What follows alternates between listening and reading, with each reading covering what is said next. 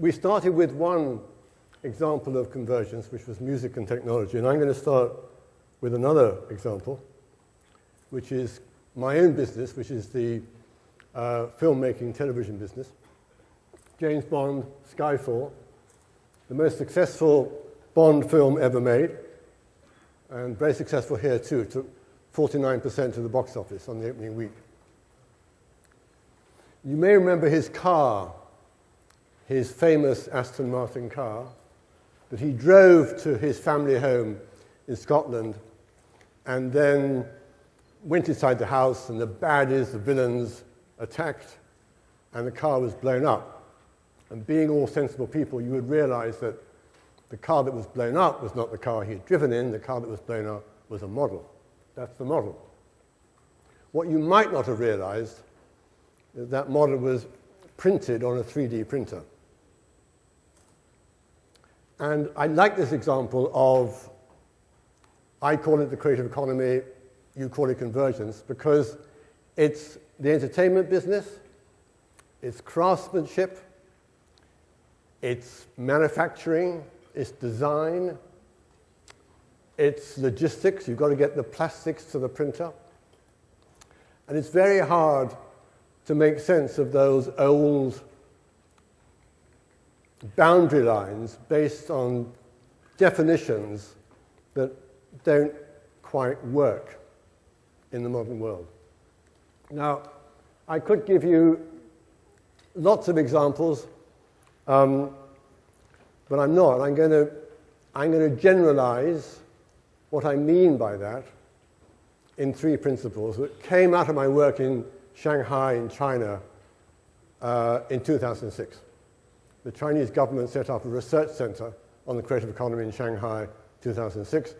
We did some work for the Beijing government on how to reform the curriculum in China to make kids, teenagers going to school, able to flourish in a global creative economy. And we came up with these three principles. The first, and these are very obvious, forgive me, but the first is that every baby is born with an imagination, and equally important, a passion to use it, an automatic assumption that they should use it for a purpose that is private.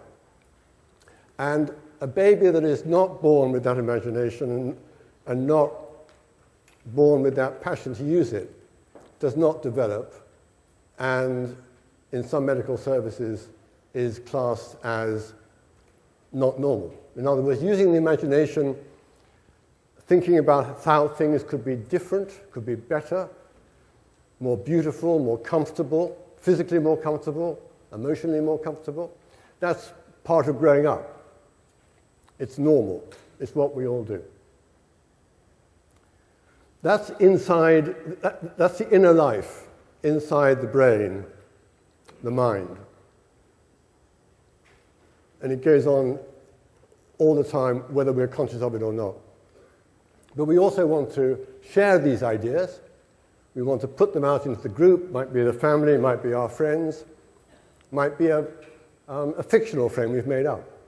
Children do that a lot.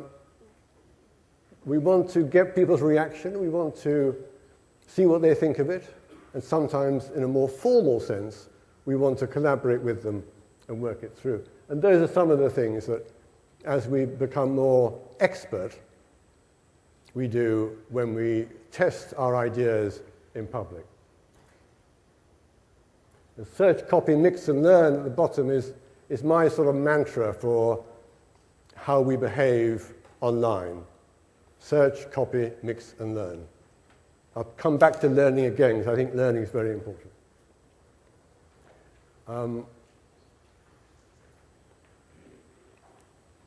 Immersive learning, social spaces, social media, networks, clusters, hubs. The language is the language of the creative economy.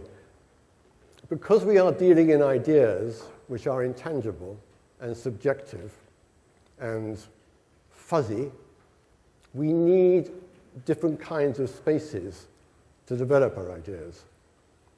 factories are quite good for some things, but as economies mutate into creative economies, the people need different kinds of spaces. And this is why now most of my work in China is actually on planning spaces in cities to help the population there work together through architecture and design, interior design, in ways that they could not have done in old kinds of spaces. There's a very precise sort of freedom here, which I define as the freedom to manage an idea, which is a sort of control, but sometimes we manage by not controlling. It's the freedom to say yes to an idea, to say no to an idea, to take an idea and twist it, to take an idea and put it in a new context. There was a marvelous ad in New York I saw many years ago for an American power company, a power utility. And it said, every new idea is just two old ideas meeting for the first time. And I think that's actually a very profound truth. In other words, there's nothing new. There's just new ways of looking at things. And we do that by going to the past as much as we dream about the future. So the first principle is the principle of what I call universality. Everybody is born creative. I'm not saying they're born talented, I'm just saying they're born without imagination.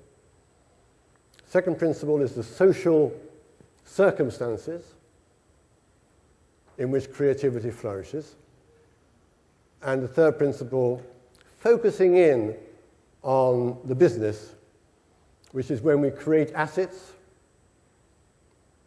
intellectual assets, that can be traded. We can put them in the marketplace with a price tag.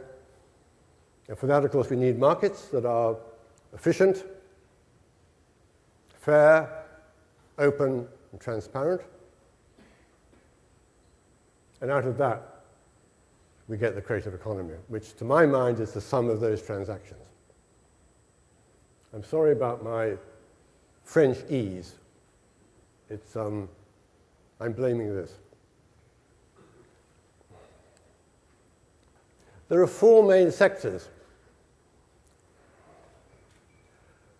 When I started to look at the creative economy, because I'm British and I'm based in Europe, which has a fantastic arts and cultural heritage, and because my own background was television and film, I began to focus very much on the cultural side.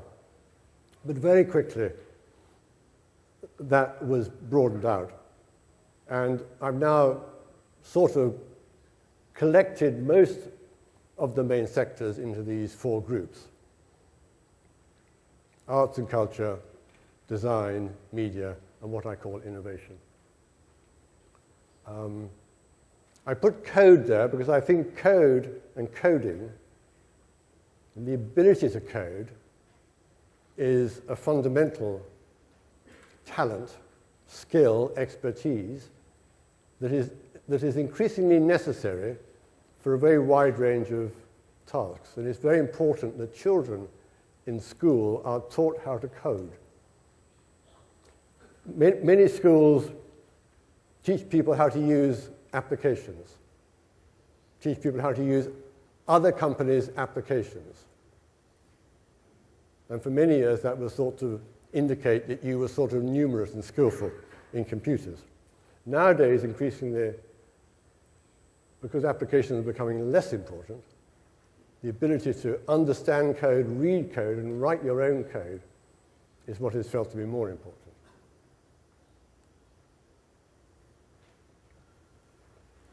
I just wanted to list some trends here.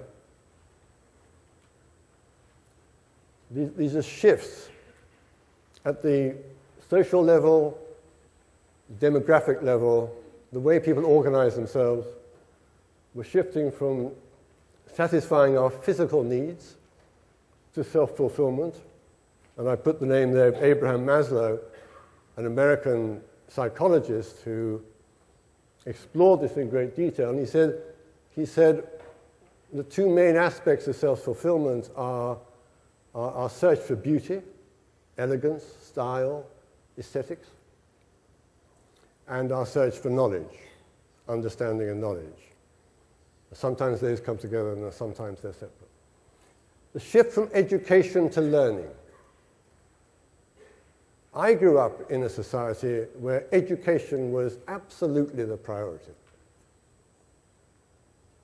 Kids now growing up, anybody over the age of 30, so under the age of 30, is growing up in a world where learning is more important than education. And I'll just characterize them by saying that education is what other people do to me,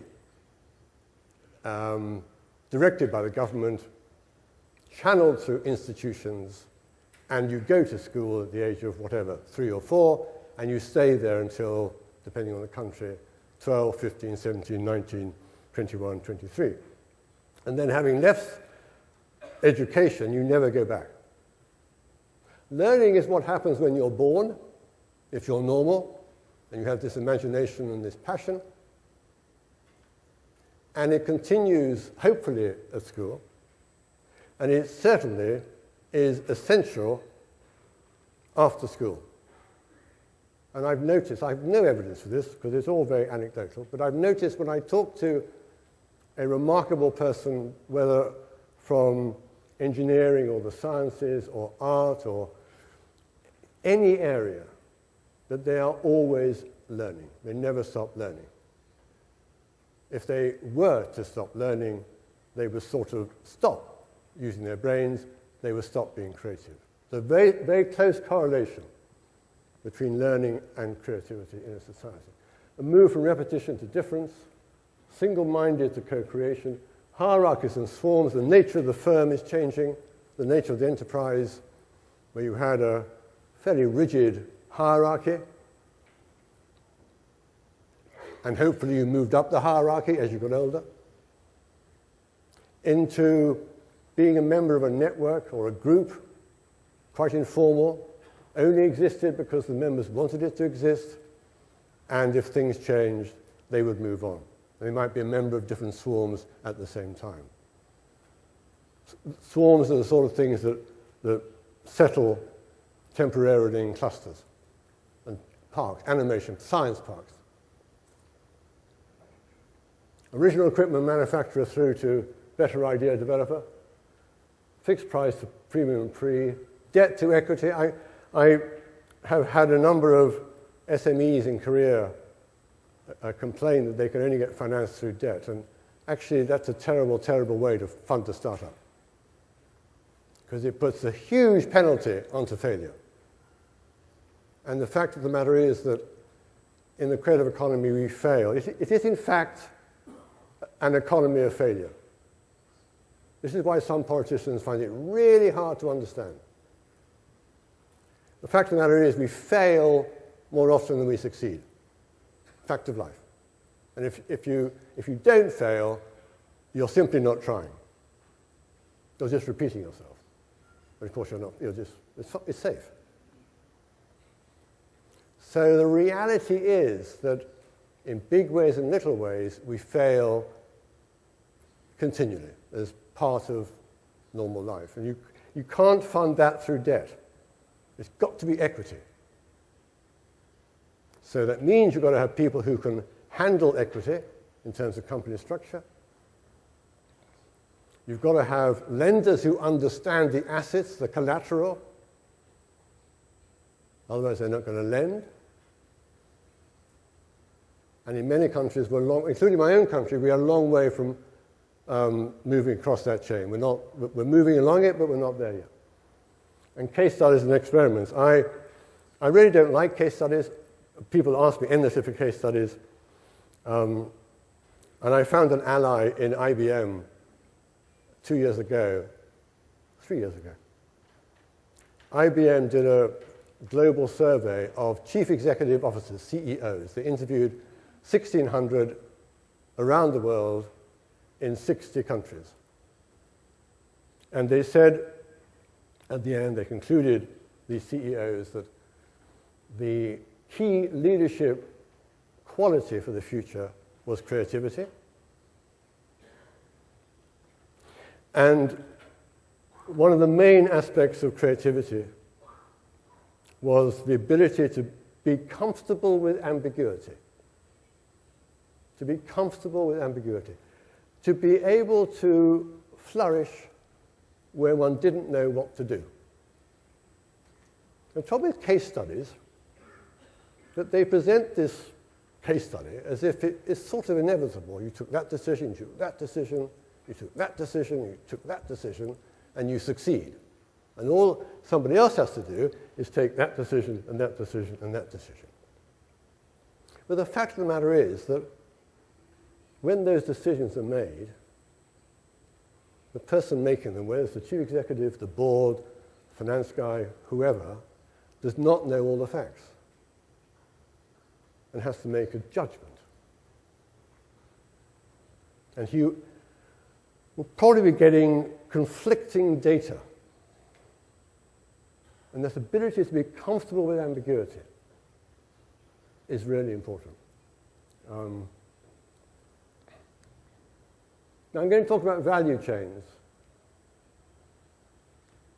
Value chains in repetitive industries are based on land, labor, and capital,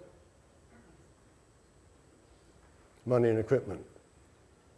The value chains in a creative business are based on people and their ideas.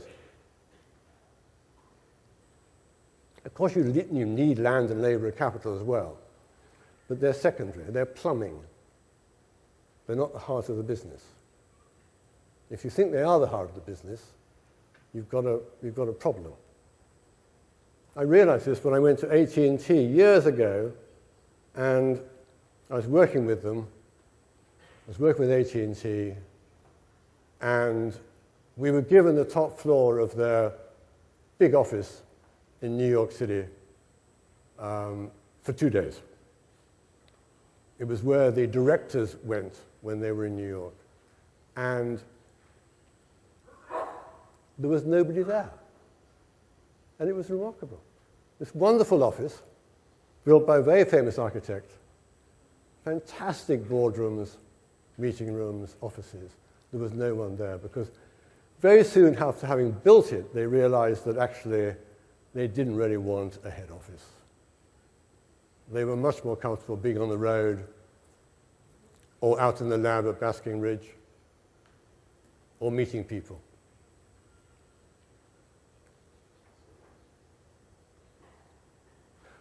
Again, some shifts in terms of assets, and every business is really about creating assets and selling them at a nice margin.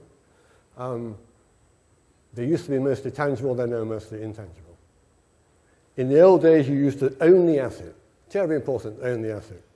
Nowadays, you license it, borrow it, lease it.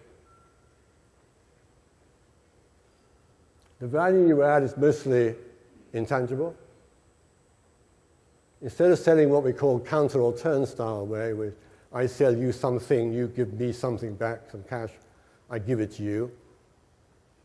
We do it through usage and royalties.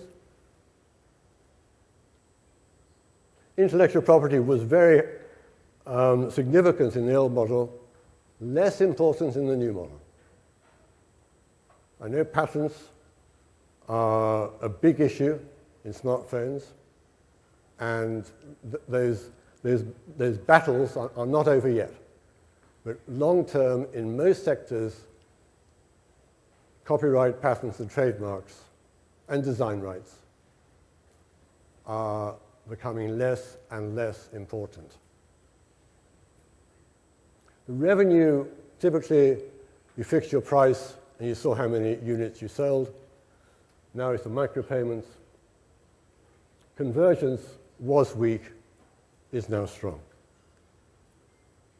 So what is convergence? I was heavily involved in convergence in the States,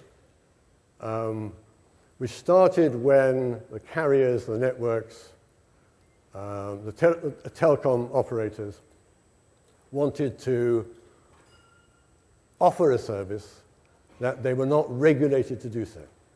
They saw a market opportunity out there. They wanted to provide the service. It was technically possible, but the regulator said, no, your license does not cover you for this. So the big battle went on. Two key words were deregulation and convergence. It expanded to media, and critically, as I say at the bottom there, it was supply-led.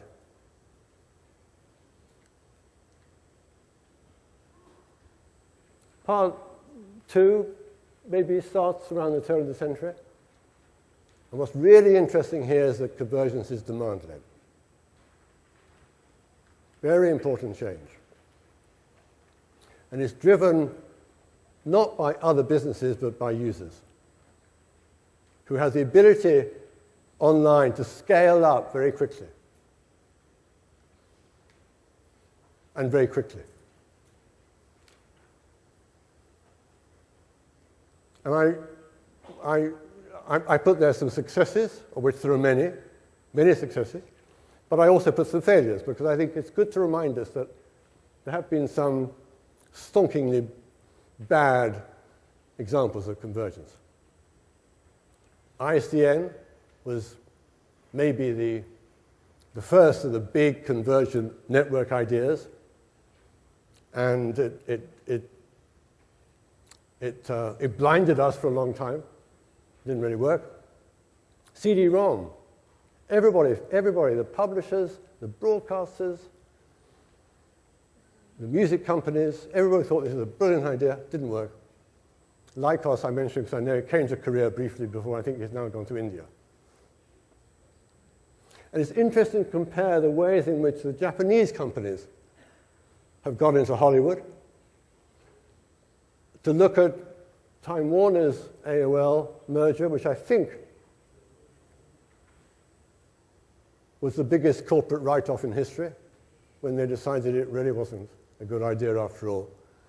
And then I put down there Amazon and the Washington Post, which is a recent acquisition of Jeff Bezos, to see how Amazon, which is, I think, one of the most interesting companies on the planet. I think it's more interesting than Google.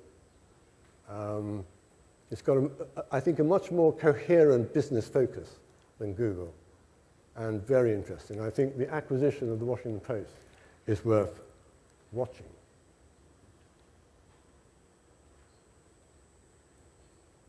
You know what's happened today? Well, all this is, the future is mobile, people and devices. I put people before devices. Operating systems, electronic program guides. I'm going to talk about the line at the end, which is the integration of the physical and online at a company called ComChi, which was started by a friend of mine who's Indian. It's based out of New York. It's global. It's got an office in Shanghai. For about 10 years, the bricks and mortar stores around the world and the online e-commerce operators were felt to be in competition. Good example, Amazon, which now has 40% of the book selling market in Britain. 40%, and many bookshops have closed. And what is happening now in America and the UK is that retailers on the high street are looking to bring the online experience into their high street retail experience. And this is a company which is leading this. For example, when you go in to a store, the smartphone knows where you are, the store knows where you are.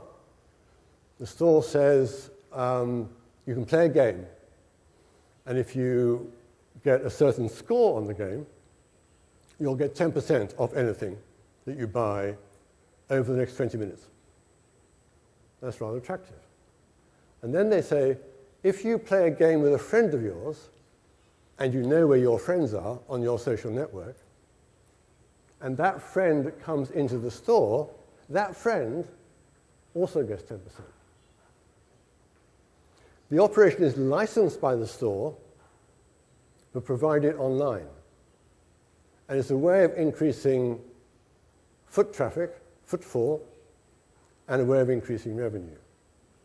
And both the online networks and the stores have adopted this with great enthusiasm.